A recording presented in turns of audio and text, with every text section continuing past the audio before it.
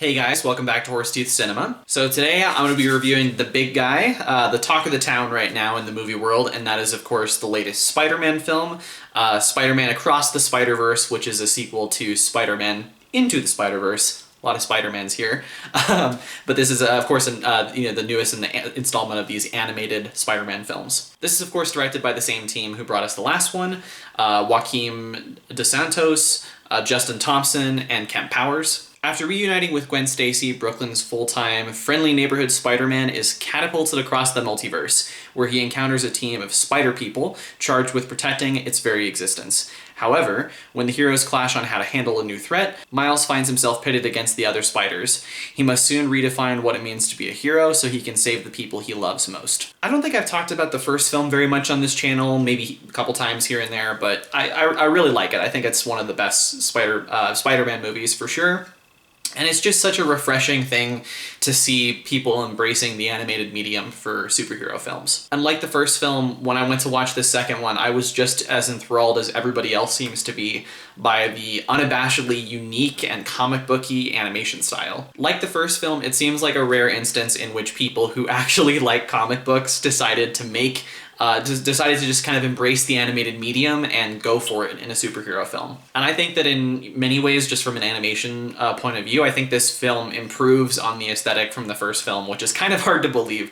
I remember just being really blown away by the style of the first one. But maybe style is the wrong word because I think it should be more styles. There's just so many different animation styles going on here, from the different worlds that they visit to, the different multiverses that they go to, I should say, and also just the look of some of the characters in this. I mean, I really love the look of the Spot villain. I think that's just a fantastic idea. And what's impressive too is that even though this film is as colorful, if not more colorful and creative than the previous one, it never feels like I'm drowning in the colors or the style. It never feels, it's overwhelming, but it's the intent of it works rather than it just feeling overly saturated. It's not like, I guess a good comparison would be like Batman and Robin from the 90s. I mean, I get a kick out of that movie, but the color palette of that is just disgusting. Like, it's just way too much just thrown at you, and you just kind of feel assaulted by it. And I think a lot of that does, again, just have to be credited to the animated medium. I mean,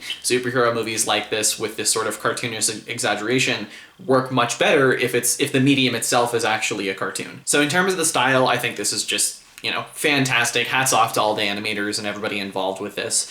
In terms of the story, I think this is where I'm going to deviate from most people a little bit, because this has been getting just rave reviews. It's like the highest rated movie of all time on Letterboxd, which Everything Everywhere All at Once also did last year. And it's just really frustrating for me when movies get that much praise when they first open, because they just haven't really had the time to marinate with the public and really kind of stand the test of time. So I just wish people would chill a little bit more with the ratings, but I totally understand the praise for this. Except when it comes to the overall story. Again, I'll get into it, but that's kind of the weakness for me. I will say, though, that in some ways, this actually is a little bit of an improvement story-wise over the first film, mainly because I think this really improves on different character relationships in the film, and also the character motivations are much more well-defined. I really loved everything between Miles and Gwen here. I mean, not only is their chemistry great, I just love the scene of them hanging upside down as they, have a chat in New York City.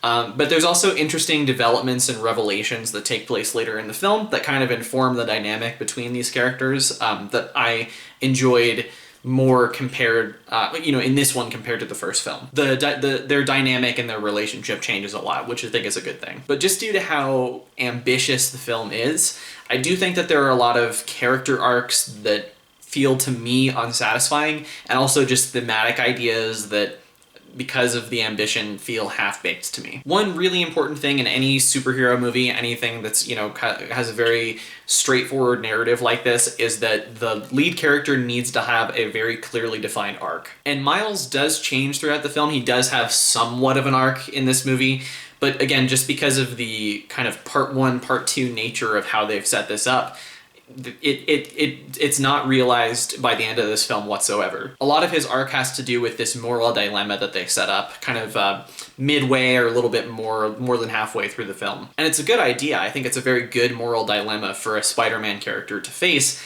but again, just because the ambitions of the film, they can't actually realize it by the time that the credits roll. It's doing a similar thing that a lot of multiverse movies have done, which is it's kind of taking the philosophical trolley problem, where, you know, it's the idea is like you have somebody on a trolley and he's next to the switch. The trolley is coming. It's racing for 3 people.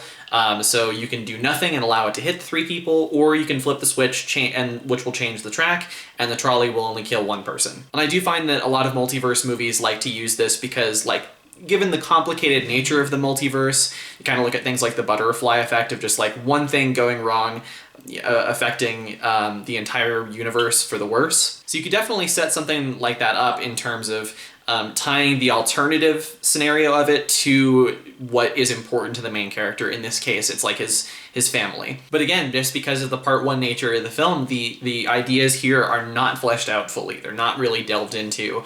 Hopefully the next film will dive into it. I actually have every confidence that it will.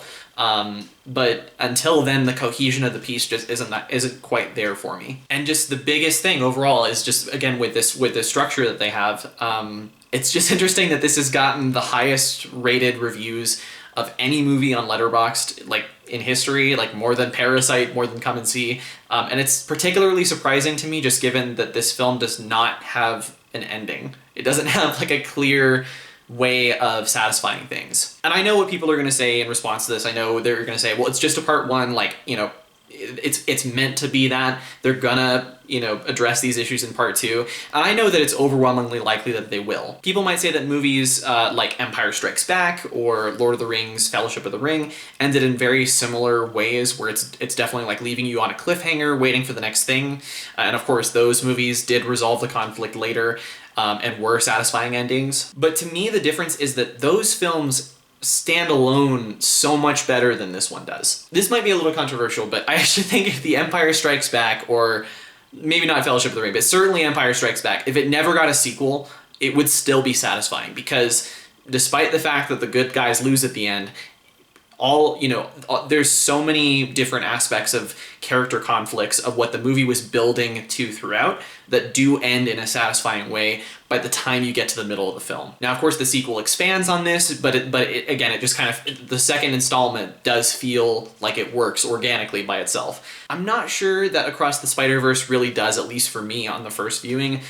Maybe if I rewatched it, I might feel a little bit differently, and certainly once I can, just watch all 3 together, I'm sure I will feel differently. But until then, it's just, I just can't really speak that confidently about it. And you guys might say it's kind of a wild, comparison to compare this to something like Empire Strikes Back or Lord of the Rings. But even comparing it to something like Dune Part 1, which, definitely, I loved that movie, but I do think that it definitely ended in kind of an awkward place where it felt like there's a lot that still hasn't been addressed here. But I still think that it was more satisfying than this in terms of, because, right before you get to that, pre-credits sequence where they're walking into the desert, Paul Atreides finishes his arc for the film, essentially.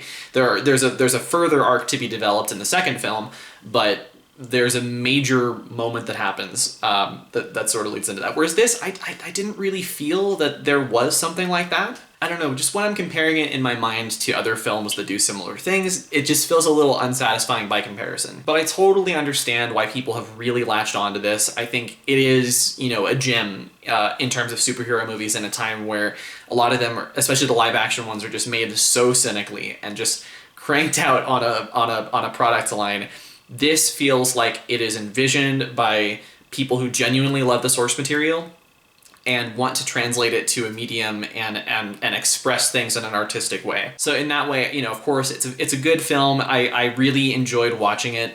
I just think that we need to pump the brakes a little bit, at least before we see the next part. Because, again, the praise has just gotten a little bit too absurd, in my opinion. So I'm going to do what very few people have done, and I'm going to give this movie 3 stars. It is the highest of 3 stars. I really considered it giving the 4, even despite all my criticisms, because of how much I enjoyed kind of the expressiveness of it. But, again, until I see the next part, I'm just not really totally convinced that I can give it higher than a 3 right now. For context, I think the first film works much better as a standalone film, and so for that reason... And just given all the expressiveness in that one as well, I gave that one a 4. It might even be a 5. It's awesome. And by comparison, this one was just a little bit disappointing for me. but I'll probably feel differently once we can watch all 3 parts together. So anyway, that's my review. Thank you guys so much for watching. If you like this video, definitely like it down below and subscribe to the channel if you want. I've got more videos coming up soon, and I will see you guys in the next one. See ya.